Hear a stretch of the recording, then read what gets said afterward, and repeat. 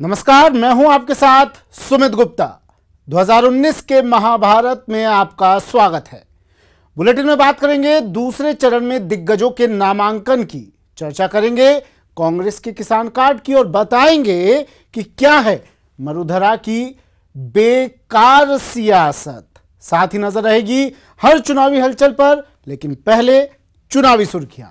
लोकसभा चुनाव 2019 के दूसरे चरण के लिए चुनाव प्रचार थोड़ी देर पहले थम गया।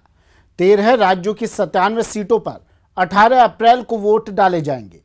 इस चरण में पूर्व पीएम देवेगौड़ा, बीजेपी सांसद हेमा मालिनी और राज बब्बर समेत करीब 1600 उम्मीदवार मैदान में हैं।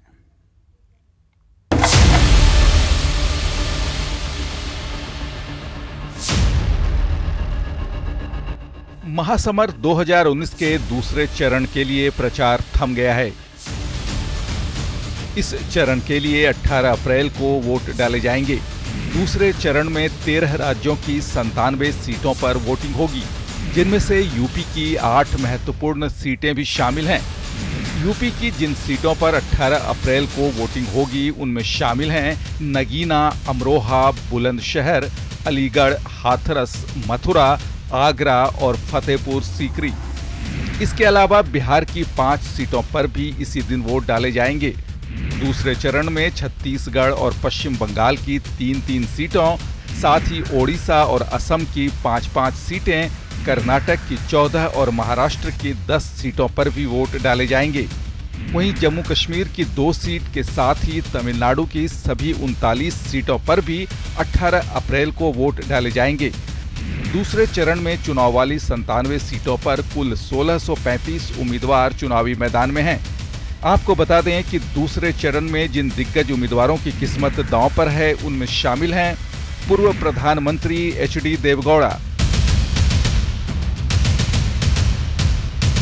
यूपी की मथुरा सीट से बीजेपी की हेमा मालिनी, महाराष्ट्र के पूर्व मुख्यमंत्री अशोक चौहान, यूपी कांग्रेस के अध्यक्ष राज बब्बर और डीएमके नेता कनिमोई।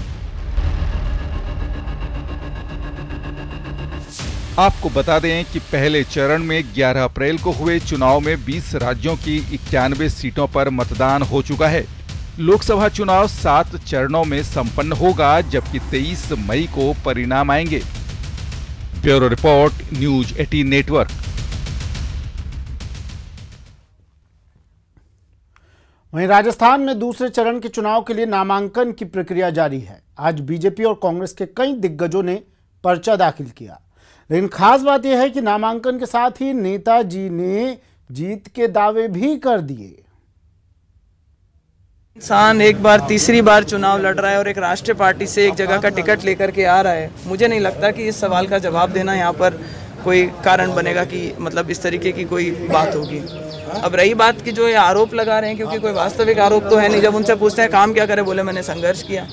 आपने उपलब्धियां गिनाई है आपके और आपके पिताजी यहाँ पर बहुत बार, 2 बार वो एमएलए रह गए, तीसरी बार आप बन करके आए हैं। तब फिर वो यहाँ पर आकर के बताते हैं मैंने यहाँ धरना दिया, मैंने लोगों को जागरूक करा, मैंने लोगों को ये करना सिखाया, संघर्ष करना सिखाया। कार्यकर्ता को बहुत जबरदस्त जोश है, वो तरफ से जो कार्यकर्ता को जोश खरोश है वो बहुत ज़्यादा है, क्योंकि वो देख चुकी है पिछले जो 5 सालों में बीजेपी में क्या किया है। इसकी वजह से उससे बहुत परेशान होकर अब सारा रुझान इधर की साइड पब्लिक का चित्ता दे। इसी उम्मीद के साथ सभी जनता के पास आशीर्वाद के लिए मैं जा रहा हूं। आप सबका बहुत बहुत धन्यवाद। भारतीय जनता पार्टी ने जो मुझे दोबारा से एक बार मौका फिर दिया, एक युवा सांसद को, जो बीते 5 साल में हमने विकास के काम कराए। आज पूरी टीम हमारी, पूरी भारतीय जनता पार्टी की टीम, हम उस विकास के एजेंडे को लेकर पब्लिक के बीच में जाएंगे।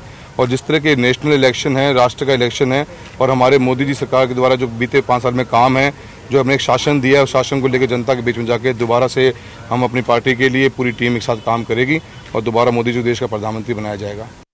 मेरे सामने उस समय जो क्षेत्र की कुछ समस्याएं थी, खासतौर से यहाँ के मेडिकल कॉलेज की बहुत बड़ी मांग थी। मैंने माननीय मुख्यमंत्री जी से निवेदन किया, आपके सहयोग और समर्थन से माननीय प्रधानमंत्री जी ने हमें 7 के बाद में 8वां मेडिकल कॉलेज दिया। राजस्थान के महासमर में आज का दिन बीजेपी के सबसे हैवीवेट उम्मीदवार राज्यवर्धन सिंह राठौड़ के नाम रहा, जहां उन्होंने पूरे तामझाम के साथ पर्चा भरा और उसके बाद एक रैली कर अपनी ताकत भी दिखाई।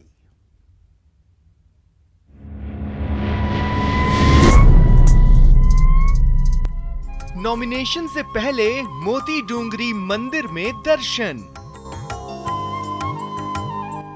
भगवान गणेश से आशीर्वाद के बाद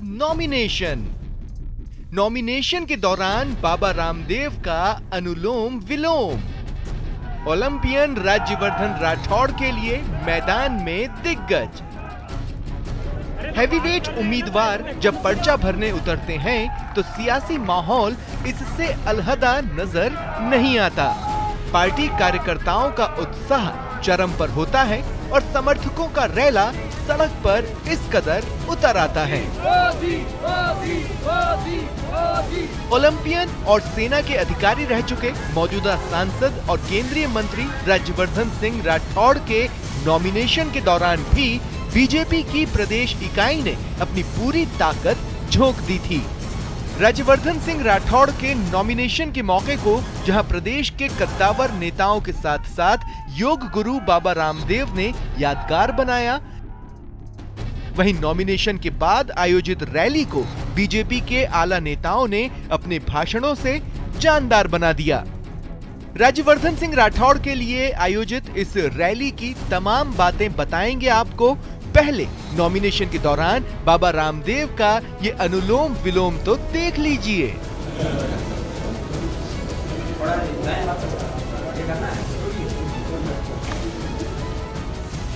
आइए अब आपको दिखाते हैं इस मौके पर प्रदेश के आला नेताओं ने क्या क्या कहा। ये जो 2014 का जो चुनाव हुआ है, इसने देश में भ्रष्टाचार की भट्टी को जला दिया। मेरी भी 40 साल का राजनीतिक अनुभव है, लेकिन राजनेता जो दिल्ली में काम करता है, कोई न कोई दागी हो ही जाता है, कोई न कोई किसी के खिलाफ चिट्ठी चिपक जाती है। लेकिन ये अब की बार 14 से लेकर ये 19 तक का एक भी केंद्रीय मंत्री पर या केंद्र के किसी अधिकारी पर किसी प्रकार का आरोप न लगना, इसका मतलब भ्रष्टाचार को समाप्त करना। नॉमिनेशन के दिन ऐसे शक्ति प्रदर्शन से जाहिर है राज्यवर्धन सिंह राठौड़ का जोश हाई हो गया होगा। तक मोदी जी से देश की सत्ता पर हैं, तब तक आतंकवादी सिर नहीं उठा सकते, तब तक देशद्रोही सिर नहीं उठा सकते, भ्रष्ट बेईमान चोर लुटेरे अब इस भारत माता को अपने क्रूर हाथों से और लूट नहीं सकते। और उस मोदी जी को देश का दोबारा प्रधानमंत्री बनाने के लिए जिस व्यक्ति ने खेलों में कदम बढ़ाया तो वहां पर ओलंपिक में मेडल दिला करके भारत माता का गौरव बढ़ाया, सेना में थे तो भारत माता का गौरव बढ़ाया, और अब भारत सरकार में है तो भारत माता का गौरव बढ़ाने एक बार जोरदार अभिनंदन हो जाए भाई राज्यवर्धन राठौड़। अभी मैं देखता हूं पोस्टर लगे हुए बड़े बड़े, अब होगा न्याय, अब होगा न्याय। तो अब तक क्या हो रहा था? अब तक क्या हो रहा था?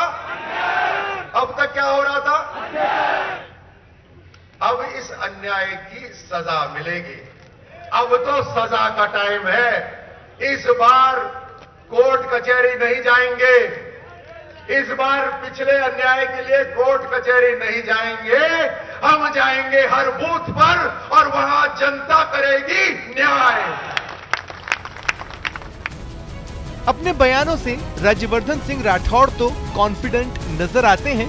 अब देखना यह है कि यही कॉन्फिडेंस जनता राज्यवर्धन सिंह राठौड़ पर दिखाती है या नहीं। राकेश शर्मा, न्यूज़ 18 राजस्थान, जयपुर। महासमर के लिए मुख्यमंत्री अशोक गहलोत का महाप्रचार जारी है। आज सीएम की 4 जनसभाएं हैं। हम आपको 3 तस्वीरों के जरिए सीएम की 3 जनसभा के बारे में बता रहे हैं।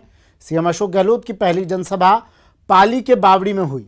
सीएम गहलोत की जनसभा कांग्रेस उम्मीदवार बद्रीराम जाखड़ के समर्थन में थी। डिप्टी सीएम सचिन पायलट समेत कांग्रेस के कई दिग्गज नेता भी मंच पर मौजूद थे। तो सीएम की दूसरी जनसभा नागौर में हुई, जहां कांग्रेस की उम्मीदवार ज्योति मिर्धा हैं। सीएम की तीसरी जनसभा अजमेर के पुष्कर में हुई, यहां से रिजू झुनझुनवाला कांग्रेस के उम्मीदवार हैं।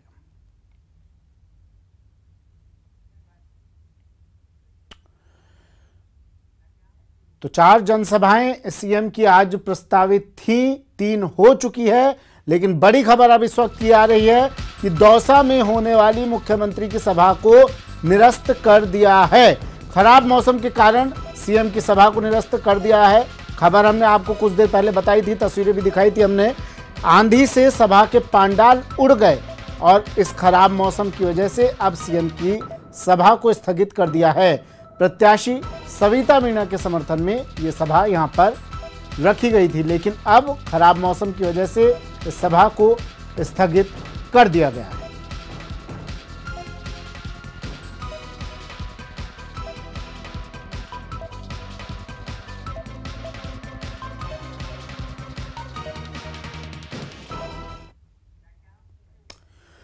मरुधरा के महासमर में आज सीएम अशोक गहलोत ने किसान कार्ड चला। पाली के बावड़ी में मुख्यमंत्री बोले कि केंद्र में कांग्रेस की सरकार बनी तो किसानों की हर समस्या का समाधान मिलेगा।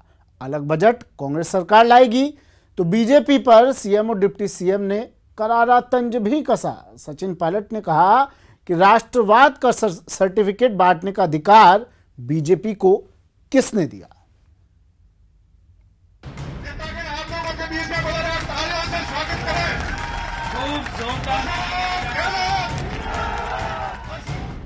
बावड़ी में कांग्रेस का किसान कार्ड। राहुल गांधी ने घोषणा पत्र में कहा हम लोग नई शुरुआत करेंगे, पार्लियामेंट में किसानों का अलग बजट पेश करेंगे। ये बहुत बड़ी बात पैदा करी गई। जितनी समस्या आपकी होगी अब किसानों को लेके, कृषि को लेके, उपकरणों को लेके, दवाई, खाद, बीज। मरुधरा का महासमर जीतने के लिए सीएम अशोक गहलोत का आक्रामक चुनाव अभियान जारी है। कांग्रेस उम्मीदवार बद्रीराम जाखड़ के समर्थन में एक जनसभा को संबोधित करते हुए सीएम गहलोत ने किसानों के जरिए अपनी सरकार का 100 दिन का रिपोर्ट कार्ड जनता के सामने रखा, तो लगे हाथों बीजेपी पर अपने वादों से भागने का इल्जाम भी लगाया। मैं आपको इतना कहना चाहूंगा, उनके वादे पूरे नहीं हुए, इसलिए आज आपके सामने आके क्या काम हमने किए उपलब्धि बताते नहीं वो लोग। उनको उपलब्धि बतानी चाहिए थे, हमने ये काम किए, वादे किए, निभाए, अब आगे ही करेंगे। फिर आप फैसला करो सबकी बात सुन करके, वो नहीं करेंगे। कांग्रेस ने जो कहा वो किया है। राहुल गांधी जी ने कहा कर्जे माफ करो, आपसे करीब 500 करोड़ के कर्जे, 503 करोड़ के कर्जे तो खाली जोधपुर में माफ हुए।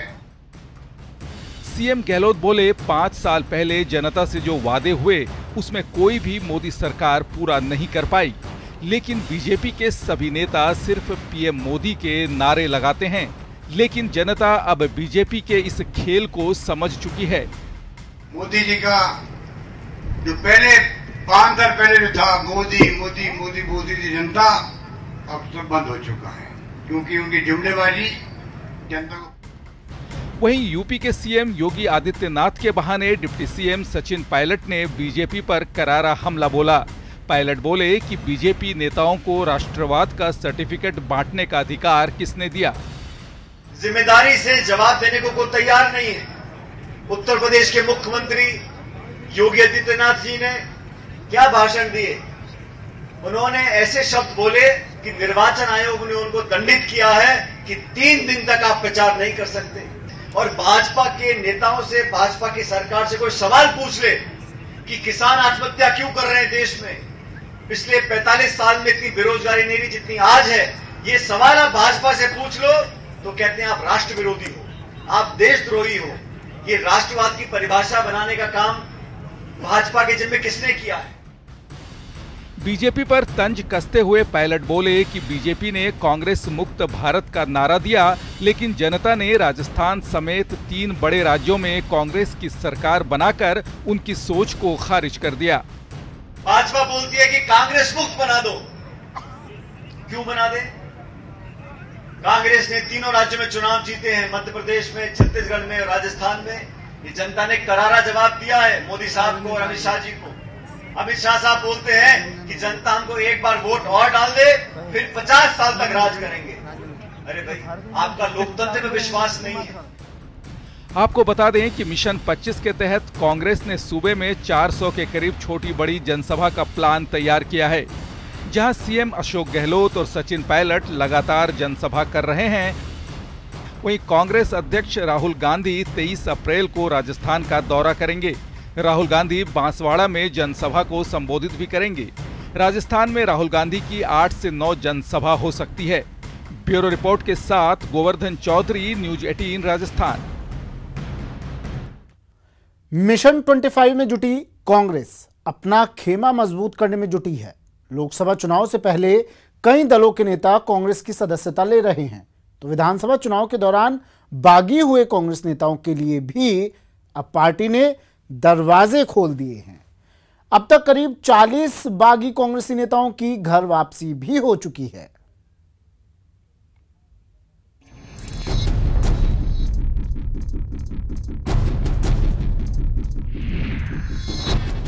कांग्रेस में घर वापसी अभियान, पार्टी छोड़ चुके नेताओं की घर वापसी, निकाले गए नेताओं की भी घर वापसी, बगावत करने वालों की भी घर वापसी।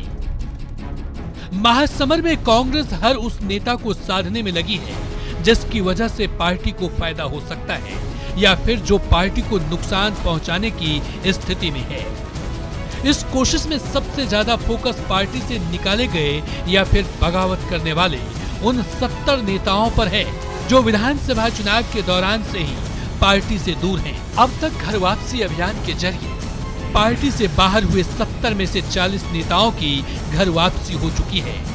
11 निर्दलीय विधायक पहले ही राहुल गांधी को समर्थन दे चुके हैं। 11 निर्दलीय विधायकों को कांग्रेस ने एसोसिएट मेंबर बनाया है। घर वापसी करने वालों में नाथूराम सिनोदिया भी शामिल हैं। सीएल प्रेमी, अजीत सिंह और भीमराज भाटी ने भी घर वापसी की है। घर वापसी अभियान पर पार्टी के प्रदेश प्रभारी अविनाश पांडे का कहना है कि जो लोग पार्टी में वापस आना चाहते हैं उनका स्वागत है, बशर्ते वो पार्टी लाइन पर चलने की बात स्वीकार कर लें। पार्टी में जो बागी हैं या जिनके ऊपर में अनुशासनात्मक कार्रवाई की गई है उसके बारे में पार्टी निश्चित रूप से गंभीर है। पार्टी हर एक उस व्यक्ति का आज मदद हम चाहते हैं। पार्टी से निकालने के पीछे अलग तर्क और घर वापसी पर अलग तर्क, यही सियासत है और चुनावी सियासत में कांग्रेस के लिए इस वक्त इन नेताओं की घर वापसी अहम है। लिहाजा कांग्रेस जोर शोर से लगी है अपने पुराने धुरंधरों को वापस लाने में। अब देखना यह है कि इस घर वापसी अभियान से कांग्रेस को दिल्ली की सत्ता दोबारा मिलती है या नहीं। गोवर्धन चौधरी, न्यूज 18 राजस्थान, जयपुर। चलिए, 2019 का महाभारत में आज के लिए इतना ही। दीजिए इजाजत, नमस्कार।